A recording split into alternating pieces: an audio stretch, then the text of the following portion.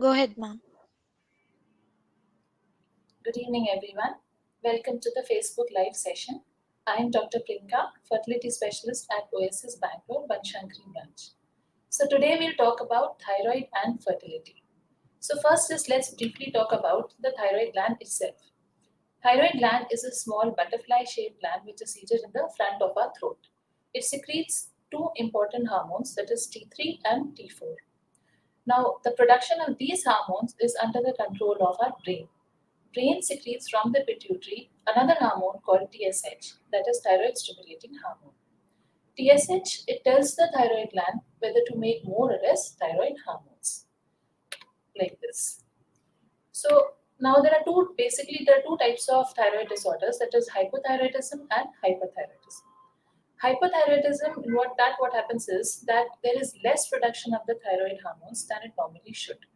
So when T3, T4 levels are less than the normal range in our body, the TSH from pituitary increases to stimulate more production of the thyroid hormones. Just the opposite occurs in hyperthyroidism. In hyperthyroidism, there is more production of the T3, T4 hormones. As a result, the TSH from the pituitary decreases. But out of these two disorders, hypothyroidism is much more common and it is prevalent in almost about 5 to 10% of the women of reproductive age group. So let's first see what is the function of the thyroid hormones. Thyroid hormones, it affects the metabolism of our body. It is important for almost all the functions of our body, including the reproductive system, that is the ovaries, the endometrium, that is the uterus, the embryo, and the placenta. Now, what problems do you face if you have hypothyroidism? See, basically, when the thyroid gland it produces less thyroid hormones, then our metabolism slows down, and then it shows a number of symptoms. So, at first, these symptoms may go unnoticed, but with time, they become more evident, like weakness, tiredness, then weight gain, dry skin, hair loss, constipation, cold intolerance, and loss of appetite. Even there may be irregularities in your menstrual cycles. You may have heavy menstrual bleeding, or you may have delayed periods. And it can also cause a problem in getting pregnant, that is, difficulty to conceive. So, how does hypothyroidism affect fertility? See, normally for women, every month an egg is released from the ovaries. But for hypothyroid women, this ovulation it occurs less frequently or it may not occur at all, and they can have irregular periods also. So this does affect the fertility. And even if you get pregnant, hypothyroidism may have some adverse effects on pregnancy, like there may be miscarriage, or there can be fetal abnormalities like neurodevelopmental problems in the babies. It can impact the development of the brain of your fetus. There may be low IQ, low birth weight of the baby, premature birth of the baby, preeclampsia, that is hypertension in pregnancy, etc. So now, does hypothyroidism affect male fertility? See, hypothyroidism is less common in the males as compared to the females. But even in the males, it does impact the fertility. That is, it can affect the sperm parameters, it can reduce the sperm motility, the sperm count, it can decrease the libido, it can cause erectile dysfunction or ejaculatory dysfunction. Now, let's see what are the causes of hypothyroidism. See, more common causes are one of them is iodine deficiency. See, thyroid gland it needs iodine to produce thyroid hormones. So if we have deficiency of iodine in our body, then it does not produce enough thyroid hormones, and that leads to hypothyroidism. Another important cause for hypothyroidism is autoimmune hypothyroidism. So first, let's see what is immune system. Immune system is our body's defense mechanism against any foreign substances like infections or bacteria, viruses, etc. So if sometimes what happens is that our body starts making antibodies against our own organs. This is called as autoimmunity or autoantibodies. So if the antibodies are formed against the thyroid gland, it is known as antithyroid antibodies, which causes hypothyroidism. Other less common causes of hypothyroidism are like sometimes radiotherapy exposure to head due to head and neck cancer, or any thyroid surgery, some medications like family history of any autoimmune disease or obesity or diabetes, etc. So now, how do we test for hypothyroidism? We basically check the TSH levels in the blood. Now, the actual levels they vary in different labs, but usually the normal range is between 0.5 to 4.5. We can also check for the T3 or T4 hormones and antithyroid antibodies. There is something called subclinical hypothyroidism. Now, in subclinical hypothyroidism, what happens is that the TSH levels is high, above the normal range, but the T3 and T4 levels are within the normal range. But subclinical hypothyroidism can also impact your fertility, and it can cause pregnancy complications also, like miscarriage, etc. So if you are diagnosed with subclinical hypothyroidism, then also it is better to be treated. So how is hypothyroidism treated? The most commonly used medicine for hypothyroidism is levothyroxine.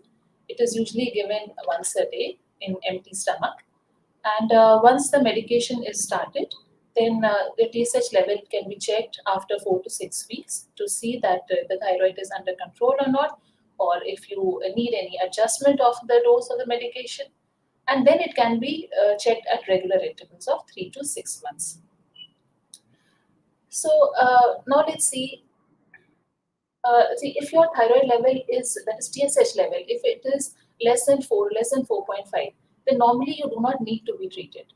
But if you are trying for pregnancy, or if you're trying to get, trying to conceive, then the TSH levels should be kept below 2.5. So your fertility specialist can give you a small dose of medication to keep the TSH levels less than 2.5. This keeping the levels below 2.5 is there will be a benefit if you get pregnant, because above 2.5 values, the literature has shown that it does cause miscarriages. Okay. So and a lot of women, we have seen that they have a stigma that if you fertility specialist has started a thyroid medication, then it can they have to take it lifelong, but it is not so. Once your thyroid is under control, then you just need to take this medication for a certain period of time so that it helps you conceive, and it avoids any complications during pregnancy. And once your thyroid level comes back to normal, then after delivery, your medication can easily be stopped by 3 months of delivery. See, in pregnancy also, the thyroid control is very important, because in pregnancy what happens is that there is an increase in the estrogen and HCG hormone. And these both, they can change the thyroid hormone receptors. So what essentially happens is that there is a more demand or increase in the need for thyroid hormones. So we need to keep the TSH hormones less than 2.5 in the first trimester and less than 3 in the second and the third trimester. Now, just a word about hyperthyroidism. Hyperthyroidism is less common than hypothyroidism. But this is a condition when there is more production of the thyroid hormones, and the commonly seen symptoms in hyperthyroidism can be like increase in the pulse rate or palpitations, tremors, warm moist skin, nervousness, sweating, difficulty in sleeping, weight loss, and loss of appetite, an increase in the appetite, sorry. So it can also cause irregularities in the menstrual periods. Now, normally the treatment of hyperthyroidism varies. There is a medicine called propylthiouracil or methimazole can be given. Sometimes radioactive iodine is given, which can shrink the thyroid gland, and it can reduce the production of the thyroid hormones. Sometimes even thyroid surgery may be needed. But the type of treatment, it depends upon a number of other circumstances, like whether you are trying for pregnancy or you're already pregnant. The treatment differs. So the best option is to discuss with your endocrinologist or your gynecologist. Now, what can you do from your side? Maintain a healthy lifestyle, eat a healthy diet, eat lots of green leafy vegetables, fruits, dairy products, milk, eggs, seeds, nuts, and avoid junk food. And then involve in some kind of physical activity like a brisk walk or exercise, and reduce your stress levels by doing some yoga or meditation, etc. See, hypothyroidism is a very easily correctable disease. So if you are diagnosed with hypothyroidism and you are having difficulty in getting pregnant, the key is to work closely with your fertility specialist. Thank you. I hope that the session has helped you in some way and has helped you to clear some doubts on this topic. If you have any questions, you can please write in the comment section below.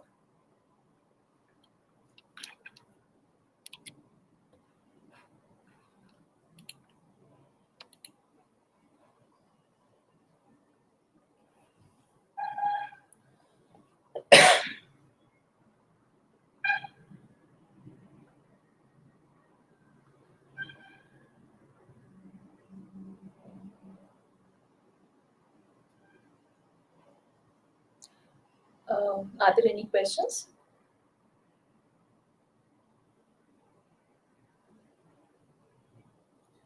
Okay, so the first is what thyroid problems can cause infertility? See, hypothyroidism has seemed to impact fertility. It decreases the woman's ovulation. That is, if ovulation is that one egg is released from the ovary, that is called ovulation. So, but those women who have hypothyroidism, they may ovulate less frequently or they may not ovulate at all. So, it does impact the fertility.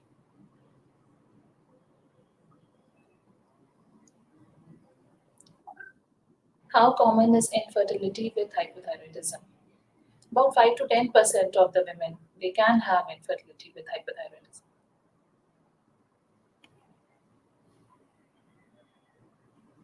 Is it difficult to conceive with thyroid?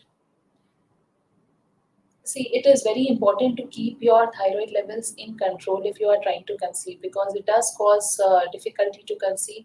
And even if you do get pregnant, then also it can cause complications in your pregnancy. It can, even in the first trimester, it can cause fetal problems, developmental problems in the fetus. So it is better to keep it under control.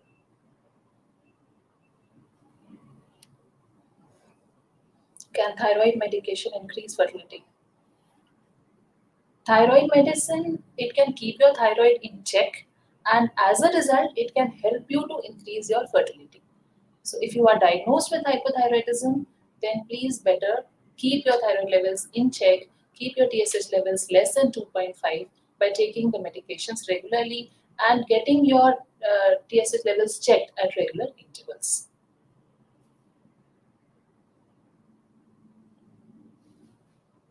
What should my thyroid levels be to get pregnant? See, the normal range of thyroid TSH, it is between 0.5 to 4.5. But if you are trying to get pregnant, then your TSH levels should be below 2.5. So you should try and achieve that less than 2.5.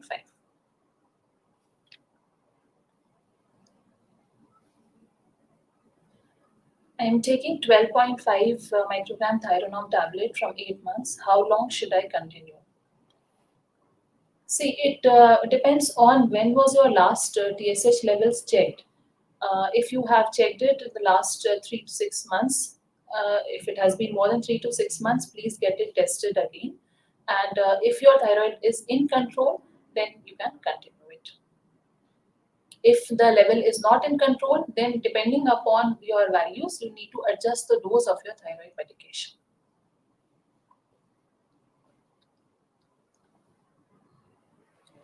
Okay, so I would like to conclude here.